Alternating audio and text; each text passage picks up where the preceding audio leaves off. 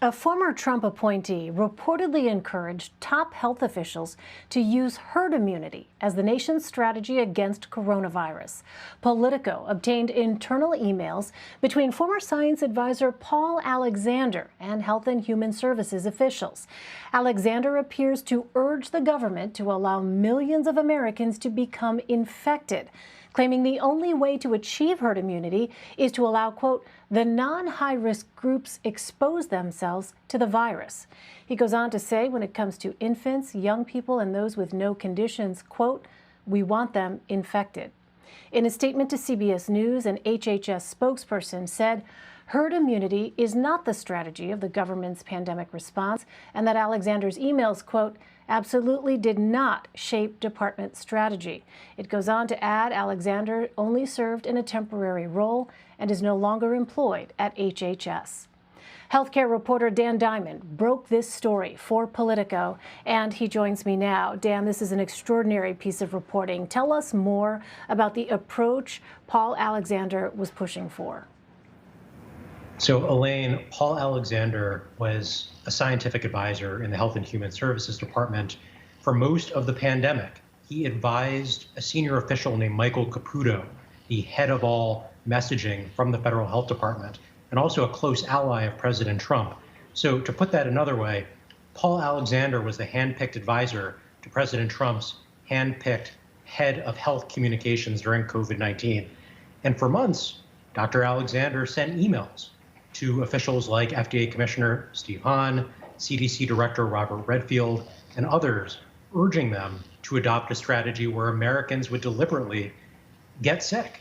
And younger Americans, middle-aged Americans without health conditions, he thought that the way to contain COVID-19 was to make sure that as many Americans as possible had the virus and then would have immunity in the population. This is a tactic called herd immunity. It is despised by public health experts that I talk to.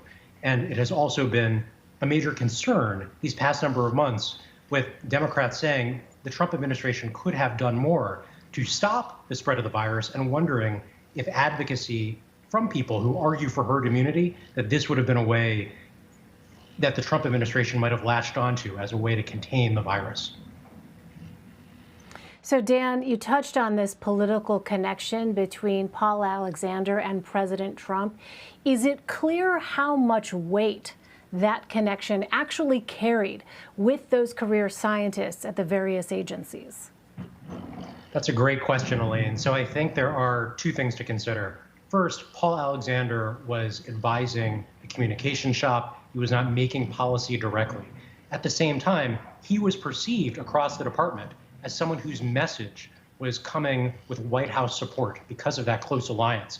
There's a guy named Kyle McGowan. He had been chief of staff at the Centers for Disease Control. And Kyle told me when we spoke that when he heard Paul Alexander making these demands, he heard the White House behind Alexander. And even if herd immunity wasn't something that the department adopted wholesale, it was something that Paul Alexander was advocating constantly. And I haven't seen any emails suggesting that anyone pushed back when he was making those arguments. So, Dan, some people listening might hear this concept, herd immunity, and believe that it may have some credence. We know that Sweden, which has a much smaller population than the U.S., which opted against enforced lockdowns, is seen as a test case for the herd immunity approach. Dan, what did the data show regarding that approach?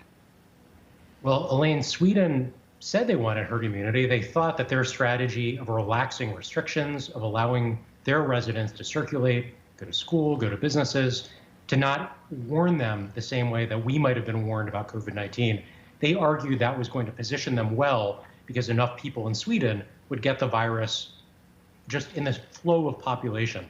But as evidence has emerged in recent months, that is not the case. The case fatality rate, essentially how many people who contract COVID-19 in Sweden and pass away, that's currently higher than the United States.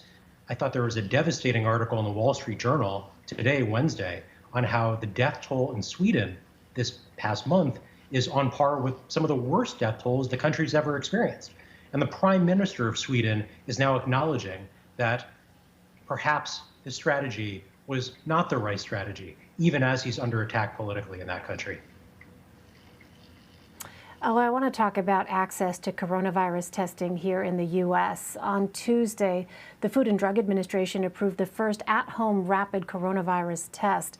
When will it be available, and what do people need to know about it?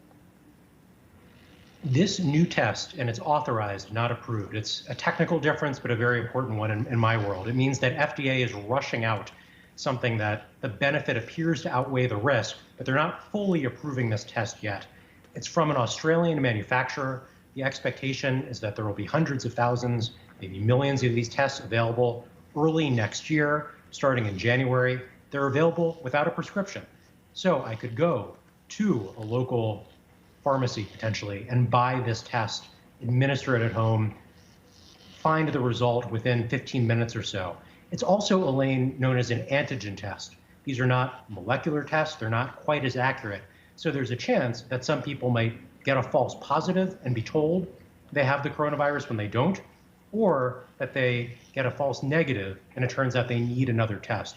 But either way, this is an important advance. The idea that I can sit in my home here and get tested rather than go out into the public and potentially put other people at risk if I think I have COVID-19. Well, vaccines will not help us get the pandemic under control if people don't get vaccinated in the first place. How are attitudes toward coronavirus vaccines changing? You know, at the beginning of the year, there was a lot of enthusiasm for getting coronavirus vaccines. That enthusiasm waned across the summer, I think for a few reasons.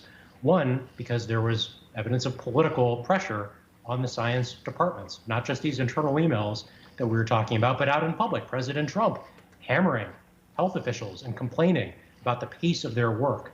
That contributed to some hesitancy. At the same time, some Democrats, I think, took shots at the Trump administration process and said that they weren't sure that they would get a vaccine until someone like Tony Fauci, the government expert, weighed in. So there was a dip in Americans willing to get vaccinated. That has since gone down. There are more people more excited now that the vaccines are here. And I think what the Trump administration and the incoming Biden team are trying to do is message that these vaccines will be safe. Tony Fauci has recommended that people like President Trump, Vice President Pence, President-elect Biden, Vice President-elect Harris get the shots. It's possible they'll do them in public. And I've spoken to frontline health workers, Elaine, who are just overjoyed that after months of fighting this virus, they will have more protection. They are lining up at hospitals around the country getting shots this week. Yeah, I've seen some video on social media. It's just such a highly emotional moment, given everything that they have been through on the front lines. Dan, what's the latest on other vaccine development aside from Pfizer?